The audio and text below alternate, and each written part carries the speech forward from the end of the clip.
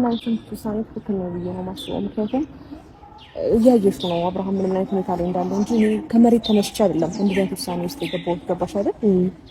ብዙ ነገሮችን አሳልፌያለሁ። በአብርሃም ብዙ ተፈትኛለሁ።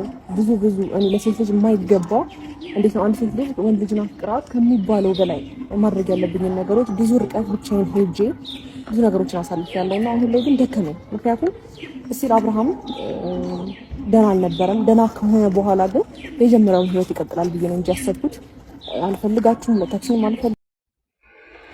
እስከ ዛሬ ንጹህ መሆኗን ሄርሜ ለምን አልነገርሽኝም በሚል ሰበቡን ወደ ቦዜ አዙሯል ማለት ነው አብርሃም። ነገር ግን አብርሃም አውቆ የተኛን ሰው ቢቀሰቅሱት አይሰማም እንደሚባለው ነገር አውቆ ነው እንጂ ሄርሜ ንጹህና ንጹህ እንደሆነች መቼም ያውቃል ማለት ነው። ሰላማችሁ በያላችሁበት የክርስቶስ ፍቅር ስትይበልላችሁ እያልኩኝ እኔ አድማጭ ተመልካቾች በሙሉ ወዳችሁና ፈቅዳችሁ ሰብስክራይብ፣ ላይክ እያደረጋችሁ እንዲሁም ደግሞ በኮሜንት በርቺ ያላችሁ እስከዚህን ሰዓት ድረስ አብራችሁ ይላላችሁ ሁሉ አመሰግናለሁ። ከዚህ በኋላም አብራችሁኝ እንደምትሆኑ ተስፋ አድርጋለሁ። እንግዲህ ዛሬ ወደ መጣሁበት ግን ከዛ በፊት ሁልጊዜም እኔ ቪዲዮ ወይም ደግሞ ላይቭ ስገባ ሀገራችንን ሰላም ያደርግልን እላለሁ አይደል? ዛሬ ከሰሞኑ ሳዝንበት የነበረው ሁላችንም እያሳሰበን የነበረው ዝናብ ቀርቶ ክረምት በመግባቱ ፋንታ ጭራሹን ዝናብ ጠፍቶ የተዘሩት እያረሩ ነበረና እግዚአብሔር ይመስገን ፈጣሪ የፈጠረውን ፍጡር አይረሳምና ዘንቦልናል። ለሁላችሁም እንግዲህ እንኳን ደስ አላችሁ እላለሁ። በጣም ደስ ብሎኛል እኔ ማለት ነው። በመቀጠል ዛሬ ወደ መጣሁበት ርዕሴ ስሄድ እንግዲህ ሄርሚና ኤፍሬም ማለት አብርሃም ከሰሞኑ እየተፈጠረ ያለውን ያየችው ነው። ነገር ግን ከተሻለው በኋላ ከኔ ጋር ይሆናል የኔ ነው ብላ ያሰበችው ሄርሚ አሁን ላይ እሱ ተነስቶ ከተሻለው በኋላ እንኳ ካወቀ ወደ ራሱ ከተመለሰ በኋላ ለሷ የሚሰጣት አስተያየት የለም። ለሷ እንደን በቃ አብሮ እንኳን እንዳሳለፈ ይቀርና ማለት ነው እንደማያውቃት ነገር ስሬስ ሆኖ ነው እያወራ ያለው ማለት ነው፣ እያወቀ እንዳላወቀ እና ራሷ ተናግረዋለች። አንተ አውቀህ ሆን ብለህ አውቀህ ተኝተህ ነው እንጂ ለኔ ፍቅር የለህም፣ ለኔ ቦታ የለህም እንጂ አንተ ብትወደኝና ብታፈቅረኝ ኖሮ ቅንጣት ታክል ቦታ ለኔ ቢኖርህ ለኔ የምታሳየው ነገር ይኖር ነበረ። ትናንትና እንኳ አልፈልግም በቃ መለያየት አለብን ብዬህ ከተለያየን በኋላ እንኳ ይቅርና መደወል ቀርቶ ቴክስት እንኳ አላስቀመጥክም። ስለዚህ አትወደኝም፣ አታፈቅረኝም። እኔ ከማይወደኝና ከማያፈቅረኝ ጋራ ነበር ያን ሁሉ መስዋዕትነት ሳሳልፍ የነበረው። እኔ ንጹህ እንደሆንኩ እያወቅ ከሰዎች እኩል ጨምረህ ጨምቀኸኝ እኔን ጭራሽ ኃጢአተኛ ወይም ደግሞ መጥፎ ሴት አድርገህ እያሰብከኝ ነበር። እኔ ግን ላንተ ብዙ ተጉዣለሁ፣ ብዙ ተብያለሁ፣ ብዙ ተሰድቤያለሁ፣ ላንተ ረክሻለሁ፣ ላንተ ብዙ ነገር ሆኛለሁኝ። አንተ ግን ያልታየህም እያለች ስጠይቀው ቦዜ ዛሬ ነው የምትነግሪኝ? የዛኔ እኮ ማን ነው እንዲህ ያደረገኝ ምንም የነበር ስልሽ እሱም በራስ መንገድ ፍታ ብለሽ ሄርሚን ንጹህ ናት አላልሽኝም። በአጠቃላይ ራስስ ጠይቅ ነው ያልሽኝ እንጂ ንጹህ እንደነበረች አልነገርሽኝም ብሎ ወደ እሷ አሳበበ ማለት ነው። ግን ይሄ አውቆ የተኛን ቢቀሰቅሱት አይሰማም ነው እንጂ ቪዲዮዎችን ካሳየችው ቪዲዮዎችን አሳይቻለሁ እነሱን አይተህ መፍረድ አትችልም እንዴ እያለችው ነው። ቪዲዮውን እያየ ማን ከማን ጋር ውሎ ከማን ጋር እንደሆነ እሷ ምን ስታረግ እንደነበረ እያየ ነው። ከዛ መረዳት ይችላል። አውቆ እያወዛገበ ያለ ሰው ነው እና በጣም በሚያሳዝን ሁኔታ እሷ ተስፋ እንድትቆርጥ እያደረጋት ነው ያለው ማለት ነው። ሩታን ምንድነው ያለው ትናንትና? በእናንተ ህይወት እኔ ገብቼ ህይወታችሁን አመሰቃቀየው ከሆነ ይቅርታ አሁን መውጣት እችላለሁ በምትል ሰዓት በእኛ ህይወት ጭራሽን አልገባሽም። የኛ ህይወት አንቺ ሳትመጪ በፊት ያለቀለትና የተለያየን ጉዳይ ነው። ስለዚህ አንቺ ከመጣሽ ምንም ነገር የተፈጠረ ነገር የለም።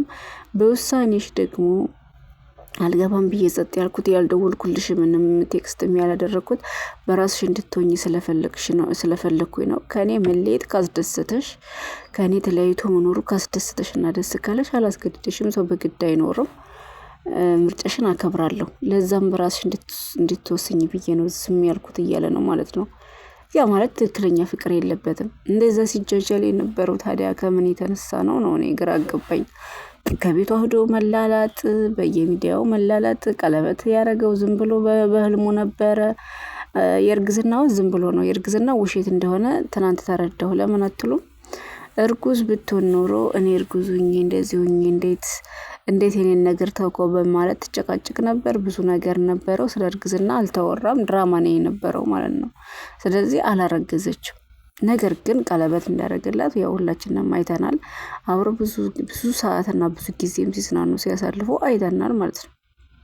ያ ሆኖ እያለ ከአንቺ ጋር ብለይም ራሱ ከሩታ ጋር አልሆንም እያለ ተደጋጋሚ እየተናገረ ነው ያለው። ስለዚህ ከሩታ ጋር ካልሆነ ደግሞ መሆን ያለበት ከሄርሜላ ጋር ነው። ለምን? ሄርሜላ በጣም ብዙ ነገርን አሳልፋለች። ለሱ ብዙ ነገሮችን ተብላለች። በጣም ብዙ ማለት ነው። ሄርሜን ገፍቶ ቢሄድ ጦር ነው የሚሆንበት ለሱ መዳን።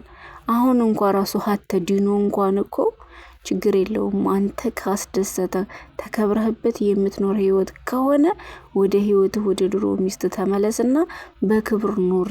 ነገር ግን በጥፊ የተደረገምክበት እየተዋረድክበት ያለው ህይወት ስላልሆነ አልፈቅድም እንጂ አንተ በደህና ሆነህ ከኖርክ ለእኔ ደስታዬ ነው፣ ምንም ችግር የለውም ያለች ሴት እኮ ናት። አያቸው እንዴት እንደምትጨነቅ ለራሷ ትታ አሁንም ስለ ሰው ስለ እሱ ነው የምትጨነቀው። ለሚወዱት መሞት ማለት ይሄ ነው። ስለምትወደውና ስለምታፈቅረው የሱ ደስታ ያስደስታታል።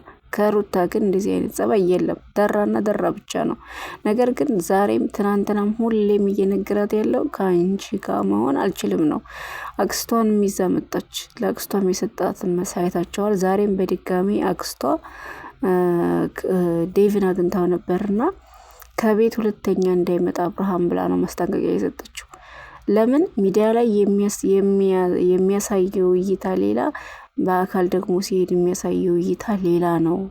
ያ ማለት እሷ ይታረቀኛን እያለች ከዛሬ ነገ እየጠበቀች እዛ ቤት በሚመላለስ ሰዓት ተስፋ እየሰጣት እሷም የራሷን ህይወት እንዳትጀምርና የራሷን ኑሮ እንዳትኖር እያደረጋት ስለሆነ እንዳትሄድ እንዳይሄድ ልጁን በሚፈልግ ሰዓት ደግሞ አውታ አድርስ ሰጥታው ትመጣለች እንጂ መታረቅ ካልቻለ ልጅቱን አያጓጓት፣ ከህይወቷ ይውጣ ብላ ነው የመጣችው ዛሬ ማለት ነው።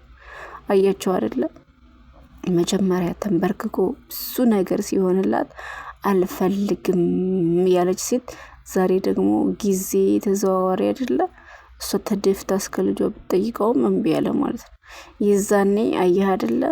እኔ ካንተ ጋር መኖር ፈልጌ ሳይሆን አንተንም ይሁን በዙሪያ ያሉ ሰዎችን በ3 ቀን ስንት የለፋችበትን ልፋት በ3 ቀን ገደል እንደምከትል ለማሳየት እንጂ እኔ አንተን ወድጄና አፍቅሬ ወደ ድሮ ልመለስ አይደለም ብላ የተናገረቻትን ቃል ስትናገር ምንድነው እሱ ያለው? እኔን የጎዳሁ መስሎሻል? ታገኘዋለሽ አይደል ነበር ያለው። የዛኔ ታገኘዋለሽ፣ እኔን አልጎዳሽኝም፣ ግን ራስሽን እንደ ጎዳሽ አስቢው። ያን ደግሞ አብርሃም ምን አለ ታያለሽ፣ አሳይሻለሁ ብሏት ነበር። ይሄው አይን ባይን አሳያት ማለት ነው። እሷ ግን ዛሬም አልተመለሰችም።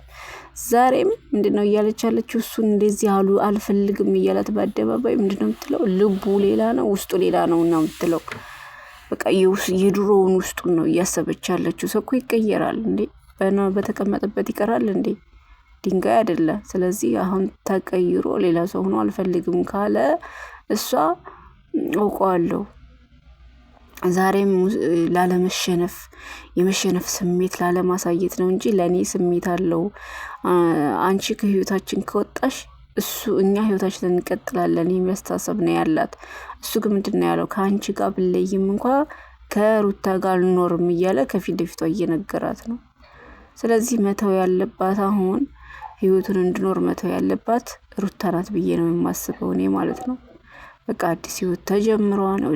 ወደ የጀመረው አዲስ ህይወት እንዲኖር ብትፈቅድለት። በልጅ ማታለልና በልጁን መቀጣጫ ማድረግ ደግሞ አግባብ አይደለም። በህግ ደረጃ ቢሄድም ልጁን የማሳየት ግዴታ አለባት። በውድም ቢሆን በግድ ያው ልጁን የማየት መብት አለው። ልጅ ነው፣ እሷም እናት ናት፣ እሱም አባት ነው፣ ወላጅ አባት ነው። እና በዚህ ማስፈራራትና እንዳትመጣ ከቤት ማለት አግባብ አይደለም። ልጁን በማንኛውም ሰዓት ቢያይ ጥሩ ነው። ከዛ ውጭ ግን ሰው እኮ አብሮ አልሆነም እንዴ? እናንተ አንድና አንድ አብሮ መኖርን ብቻ ነው እንዴ እንደ ፍቅር የምትቆጥሩት? ሰው እኮ በፍቅር እንኳ ሳይኖር አንቺ ትብሽ አንቺ ትብስ እኮ ተባብሎ በትነትና በወንድምነት እኮ በጣም ቢሱ ነው የሚኖሩ ሰዎች አሉ አይደል እንዴ? እንኳን ተወልዶ ሲጀመር የወለደ ሰው በርግጥ ተራርቆ አይራራቅም። ቢራራቅ እንኳ ራሱ ቢለያይ የሆነ ሰዓት ላይ ማመልሶ አይቀርም። ወደ ሴቷም ከሆነች ወደ ልጇ ወደ ባሏ፣ ወንድም ከሆነ ደግሞ ወደ ሚስቱ መሄዱ አይቀርም። ያን ግን ሄርሜላ ያን አሸንፈዋለሁ ብላ ያሰበችው ወደዛ እንዳይሄድ አረጋዋለሁ ብላ ያሰበችው አርግዣለሁ በሚል ነው። የዛኔም አርግዣለሁ ያለችው ዝም ብላ ሩታን ለማናደድ አይነት ነገር የተጠቀመችው ቃል ነው የሚመስለኝ ማለት ነው። እስካሁን ይገፋ ነበር ስንት ወሩ እንደዛ ከተባለ እና እንደዛም ያለችው ለምንድን ነው? እሱ ልጄን እያለ በሚወጣ ሰዓት የመቅናት የሌላ ነገር ምናምን ስላለ ነው። ሩታ ራሱ ምንድን ነው ያለችው? ከኔ በሚመጣ ሰዓት ለደቂቃዎች እንኳን ሳይቆይ እንትን ትላለች፣ ትጠራጠራለች፣ ብዙ ነገር ታስባለች። ያ ማለት ደግሞ ከሷ ፊት ለኔ ያለው ቦታ የሚያሳያት ነገር አለ። አያችሁ፣ በግድ ማለት ነው። ያሳዘነችኝ ከኔ የሆነ ነገር ባታይበት አትጠራጠርም ነበረ። ያ ማለት እሱ ለኔ ፍላጎት ስላለው ነው ወደ ቤት ሲመጣ የምትቀናውና የምትቆጣው። እና በዚህ ውስጥ ደግሞ አለመተማመን ካለ ትዳር ላይ መተሳሰብ ከሌለበት ባዶ ነው። ለነገ ለመቀጠል ነገ ፍሬ ለማፍራት አይችልም እያለች እየተናገረች ነበር። ግን ካላገባሽ ዞሮ እሷንም ብተዋት አላገባሽም ካለሽ መተው ነው ያለብሽ። በቃ ትተሽ እሱ ምርጫውን ቢኖር ባይነኝ እኔ ማለት ነው። ለምን እዚህ ጋር የሄርሜላም ህይወት ተበላሽቷል። የሩታ ህይወት እንኳን መቼስ አንዴ ይወልዳለች። የዚችኛዋ ግን የመጀመሪያ ነው ብላለች።